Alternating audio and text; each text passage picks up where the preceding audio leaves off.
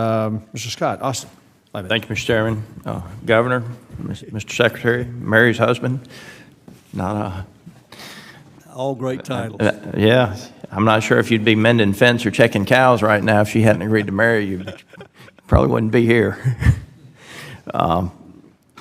Great man, great family, and what you'll find from Sonny Perdue is if he can help you, he will help you, and if he tells you he's going to do something, he's going to do it. And I've always appreciated that from you. And Governor, just a couple of quick comments and questions, maybe. I was at the USDA research station in Byron this last week. As you know, research is not something that you can simply cut on and off. It's a long-term commitment. It's a long-term investment, and that investment has to be coupled with extension for it to actually get to the fields and help the farmers and our economy. And so they brought up while I was there the hiring freeze, and certainly hope that as we go forward, we're able to come out from underneath that hiring freeze, and that you have the flexibility to put the people in the most effective areas with regard to research, and that partnership will be there with the states, I know, under you for the extension to actually get that research to the field. Your commitment to 4-H, your commitment to FFA is something that also I think those two organizations are extremely important to rural America, and I know that those organizations will benefit from you being in that position as well. One of the things that has changed on the farm in the last couple of years, and is changing at an exponential rate, is the use of technology. We know that President Trump will have an infrastructure program that will be put forward. The rural broadband, as you know, we need that, quite honestly, more than we need roads and bridges in many of the counties that I represent. You know, from growing up in Houston County, you've got metropolitan areas, and then just a few miles down the road, you have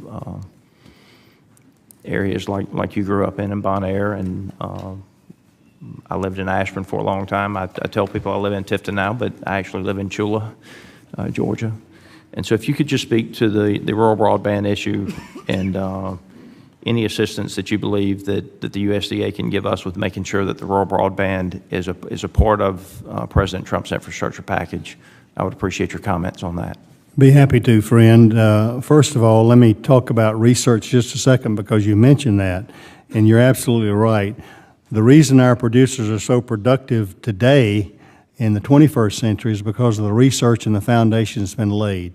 It's not something that can be cut off and on. And the other thing is the delivery system of that basic and applied research to the field through the Extension Service has been sort of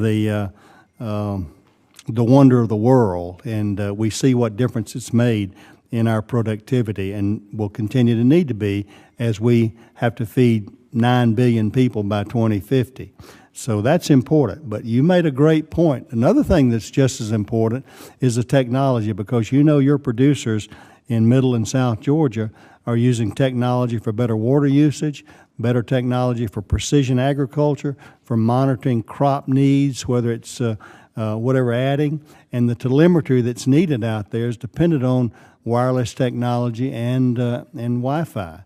And while the other thing sociologically, Congressman, in today's world of connectivity, it might be true in your house with Wells age. If the water goes off, that's kind of a disadvantage. If your lights go off, oh, bummer. If your heat goes off, you'll get a blanket. But if your Wi-Fi goes off, that's a crisis.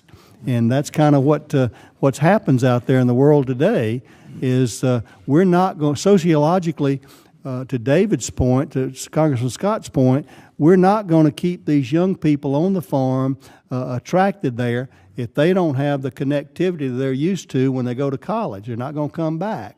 And it's vitally important. The good news is this is square on the radar scope of the president as well as the FCC chairman. I've had conversations with him. He is anxiously awaiting the infrastructure plan where we can ambitiously take rural broadband ubiquitously across the country. As you know, there are places in our home state you can't even get a cell signal, and other places. So we've got a lot of challenges, but I'm convinced of what you hit on. It's the modern day road, sewer, water of the 21st century is connectivity, and I look forward to promulgating as much of that as we can across the country. Well, Mr. Secretary, thank you. And Wells is most upset right now that it's not duck season, turkey season, and National Marine Fisheries Services just took the snapper season away from him and only gave him 3 days. So any help with that would be appreciated. Thank you.